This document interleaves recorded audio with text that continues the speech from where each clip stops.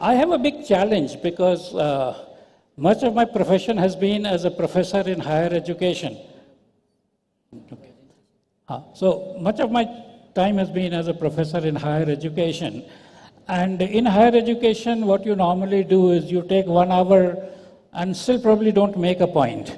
And here I have to, in 20 minutes, try to convince you about AI in school, the why and how. Fortunately for me, I have also another training as a lawyer. I've been a lawyer for 7 years, and since Action Committee is always also, what the client wants to hear is admit, issue notice, meanwhile proceedings are stayed, and you have to get this in 2 minutes to 5 minutes. So I can do the whole range, and so if I've been given 20 minutes, I can do that. A bigger advantage now is that we are in the age of technology. So the entire presentation is already on Twitter. If you go to Twitter, at MMPANT, you will get the entire presentation in one as a PDF file, which is a link to a Dropbox document. If you don't want to go through all the hassle of Dropbox, each of these slides, which will be shown whenever they are shown, is available as an image. So you have about 20, 24 slides. But I really don't like PowerPoint. So it happened with me once that I do a lot of talks, and evening before the talk, this organizing girl calls me up and, "Sir, will you be using PowerPoint or you will speak just like that?" So it looked in her tone, this, "Are you going to be wearing a proper suit, etc., or will you just come in a dhoti kurta?" So what I do is I create PowerPoint, I send it to the organizers, then I try to ignore it. Because I've already given it to you as Twitter, and anybody who wants can continue to do that. And I don't even know what am I supposed to do to get that on. So you want to show the slides at some point of time? Okay, so very good. So we just met Manit Jain, and Manit Jain is going to talk to you at length about the Fourth Industrial Revolution. He has a very nice book on the Fourth Industrial Revolution and what it means. And I am, in a sense, building on that with a particular focus. So let me come straight to what is the story about the Fourth Industrial Revolution. And while Manit will talk all its splendid, glorious things, I want to say, what is the story? You see, you must have heard from a lot of people that India and China were the wealthiest countries a few hundred years ago.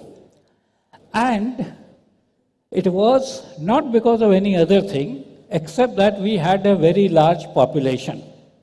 And when the primary source of energy is the muscular power of the population, those who have large numbers have larger energy to distribute. And that is why in the social structure, men were considered more important because the horsepower they could generate was a little more. This continued for several hundreds of years and so on. But around 1784, something interesting happened. Humans discovered the power of steam. And that was the beginning of the first industrial revolution. And it gave a huge amount of energy that was available. This was brought to notice of the world by Klaus Schwab in January 2016 at the World Economic Forum at Davos. But notice, 1784 or so, the first industrial revolution is coming, and US is born on 4th July 1776, right in time for the industrial age. So all the advantage we had could just be leapfrogged because of the new energies that they had.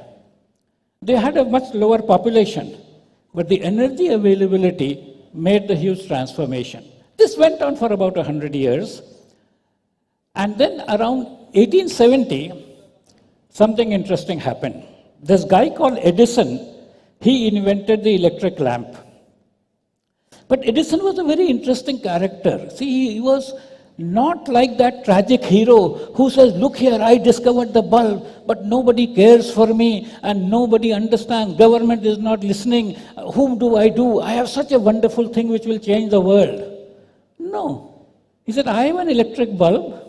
In order for this bulb to be lit in every place, I have to have electricity going to those places. So the bulb is no good without electricity generation and distribution."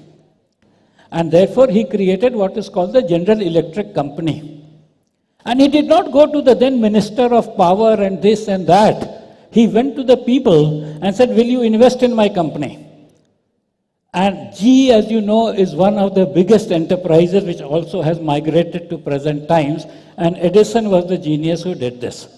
Tesla was also brilliant, but somehow he didn't have this sense of putting things together. So he almost was only in physics books, where Tesla is the unit of magnetic field, except till Elon Musk kind of revived him. So something very interesting happened. And why I'm referring to this is because now Andrew Nugg, for the AI age, has said that AI is the new electricity. So this metaphor is very important. But something else happened, and I want to draw attention to that. Prior to the electric bulb, there were oil companies. But oil companies used to sell kerosene. In India, it is called kerosene. In the UK, it used to be called lamp oil. And it used to be used for lighting lamps, street lights. We also had the Janta cooker and all that. And oil companies were happy with that. When the electric bulb came, they realized that they cannot go on kerosene alone. So what they did was, they started investing and understanding petrol engines and diesel engines. And now you see what happens. You have petrol engine, you have diesel engine, you have electrical engines, you have electrical motors. This was almost the most glorious phase of our life in the late 18th century, early 19th century, early 20th also. This continued for less than 100. Around 1969 comes what is called the third industrial revolution. Until the third industrial revolution, all automation that you had was by electromagnetic systems which created make and break things. So the self in your car, the electric bell, automatic door opening was some kind of electromechanical mechanism which did it. Around 1970s, electronics started developing. And then from the diode, triode to transistor to IC to TV to computer, all this happened, which was called the third industrial revolution. What Klaus Schwab says is now we are at the beginning of a fourth industrial revolution, and that has a few characteristics which are different from that of the third industrial revolution. And what I want to draw attention to is, just like I said, that US became independent in 1776, right in time for the first industrial revolution. The IITs in India were created in the 1960s. Their first graduates came out in 1965. They were ready for the third industrial revolution. So when you hear of IITians doing very well, it is because the timing was right. The IITs had a computer, nobody else had a computer. They could use things, and they were prepared for the third industrial age. My message to all educationals, and especially at school, is to prepare the children for the fourth industrial age, and there is no other institution earmarked for it. So fortunately, today it is now a people's movement. And why I'm saying it is a people's movement, look at the way this country learned to use the mobile phone. Who taught this country how to use the mobile phone? I actually tease my IS friends and colleagues. I said, you lost a big opportunity. There would have been a Director General of Mobile Phone Training in the rank of Cabinet Minister of State. Then there would have been a Deputy Director General of Android training, Deputy Director General of iOS training. Then you would go to your Aadhaar card to get the training. But nothing happened. We all learnt it by ourselves. And this is my message for the AI revolution. Let's just do it. Just learn it, apply it, and so on. And fortunately, the government isn't enlightened enough now to ban you from teaching AI in schools. It may do all kinds of things, but it cannot ban you from teaching because they don't even know what it is. But what you call AI is actually an extension of the physics, chemistry, math that you are already teaching in schools. Except that you are teaching them to do complicated calculations by hand, you tell them complicated calculations will be done by a computer. So this is the key message that I have for you. And the other thing that has happened is very interesting. I don't think it was by design. Suddenly, school education has become the most important stage of education. Earlier model was school was the preparation for higher education. And people thought that real education, learning, proficiency happens at the higher education level.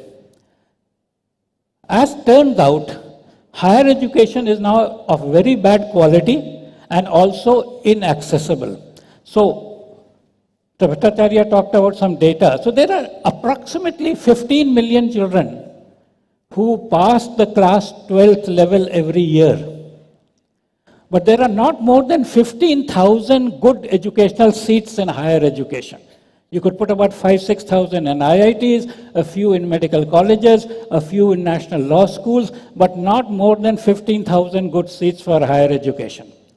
So only 1 in 1,000 persons will get the benefit of a good higher education. For 999 out of 1,000, the school is the terminal point of education. And therefore, it becomes even more important to prepare people at the school leaving level to be able to directly get on with the world, so to say. So this is the basic kind of message that I want to say. I have some slides which you should have got by now, and maybe toward the end I will show it like you try to complete the syllabus 15 days before the exam. So I'll show you the slides at the end. But let me first tell you the key narrative that I have. See, I come from a physics background, therefore lots of stories come around physics. So when we talk about the fourth industrial age, the difference between the other ones was that earlier it was focusing on something. What did I say? I said first industrial age was about energy. Second was another form of energy. And then, as Manit will tell you, nuclear energy, etc., came in. But the fourth industrial age is very different from all the previous ones. And this is very important for school education. See, in the earlier ages, around 1980s up to 70s, knowledge was expanding, but computers were not available. Therefore, you had to specialize in a certain area. So, even at class 12 level, nowadays I hear people say what? PCM, medical, this, non-medical, then there is arts, then commerce, etc., etc. Why are you streamlining that? You are telling somebody to learn science, but he has no idea what money is. You're telling somebody about money, he has no idea how the rest of the world works. So this is one big change that is happening. The fourth industrial age is about a fusion of the physical world, the world of atoms and energy, the information world, the world of bits and qubits, and the biological world, the world of genes and neurons. If you know what is electron, proton, but don't know what is a neuron, you're not going to be the leader. You will be there, you will exist. But to be a leader, you must be as fluent in understanding what genes are, what neurons are, and so on and so forth. So the integration is a very, very important aspect. I'll give you an example. I'm not just talking theory. Take the field of imaging, for example. So about 1890 something, Röntgen discovered X-rays, and X-rays were a basic medium for basically looking at hard stuff, so the bones. But it could do nothing about tissues and softer stuff until ultrasound came. And then someday, for a long time, we used to just stand in front of this thing, static two-dimensional X-ray images were happening. But then somebody thought that why not I move the X-ray tube like this and move the human like this? And you got what is called a CAT scan, and you could get 3D images. Then recently, you got something called MRI. MRI now is a splendid example of this fusion I am talking of. The principle of MRI is that we have a lot of water in our bodies. Water has hydrogen, hydrogen has a proton. If I put a very huge high intensity field, the proton will start doing something, and from that I can interpret what is going on in your nerves, in your blood, in your arteries, in your veins, and so on. And this is something which has happened. And then there is something which you look into your eyes called optical coherence tomography, where you can see what is happening into your retina. But for all this, you had human experts who knew how to analyze the pattern. He would look at this and say, you have got this, this.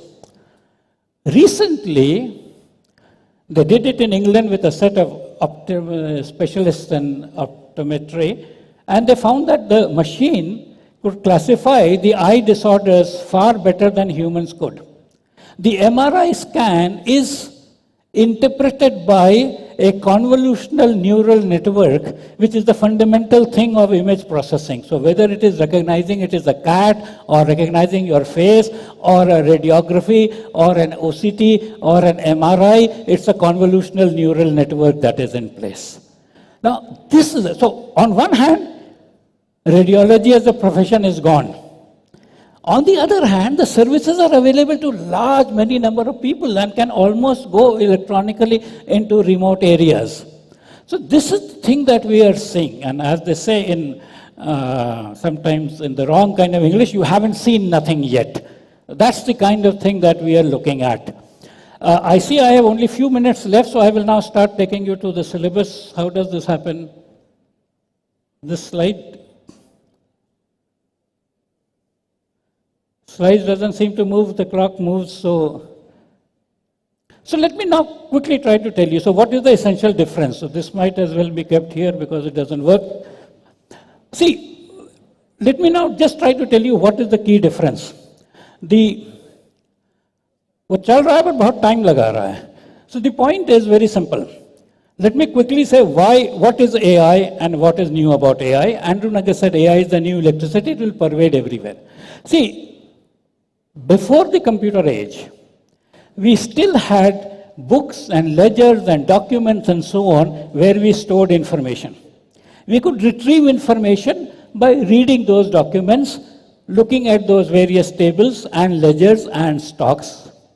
What computers allowed us to do was to store instructions as to what to do with the information. So you could say, from all this list, give me these names, this thing, this thing, this thing. So the stored computer was the basic thing. What AI does is that instead of storing instructions into the computer, you can actually give the thing examples of what to do.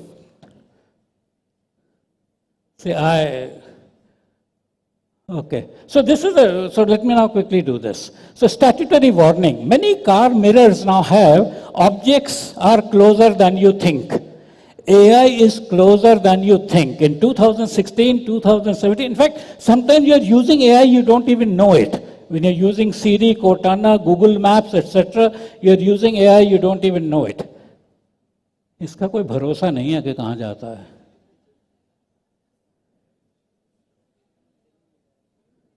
Okay, अभी कुछ कर रहा है. So John Simon was a physicist. I mean, I've read his books, etc. So he used to say that what is the frontier of knowledge today will get into high school textbooks in a short time. And that's what I'm trying to say. For many people, AI is something new, but it is time that we put it in the school. Madan Mohan Malviya, he said in 1919, if we start teaching our school children about technology, it will take them 7 years before they get into this thing. This is a very nice story from Einstein. Einstein was at Princeton, so he gave a question paper. Some of the teaching assistants said, but these are the same questions you gave last year to the same students. He said the questions are the same, but the answers have changed. And that is what we are talking. Yes, I don't know. So what has changed? Authority-driven to data-driven. Age-appropriate learning to lifelong learning. What has not changed? You know that. What we hope to implement is mastery learning and personalization. Lifelong learning is a basic thing. This is where we don't understand the exponential function. Finding your element is something which Ken Robinson has said, these are the stages that a teacher takes you through. These are some of the aspects. This is the main diagram. In a traditional computer, you give instructions what to do, and it does it. In the AI machine, you give them examples of what the right thing is, and it determines how it has to do. It does it so by means of certain algorithms. Chatbots is the new thing, and we expect all teachers to have chatbots to assist them, and therefore, Bill Gates believes that all students will have a teacher with them 24/7. Success happens when opportunity, so don't be scared, be prepared. So I've finished this in time. I am available on, I think the next slide is more important. My contacts are, so you can, If you go to Twitter at MMPANT, you'll get all the slides as a PDF, etc., etc. You can contact me on various things. I have created a set of courses based on WhatsApp for learners, for educators, and for parents. The idea is this has to be a movement. The right place is to do it in school, and the right time is now. Thank you.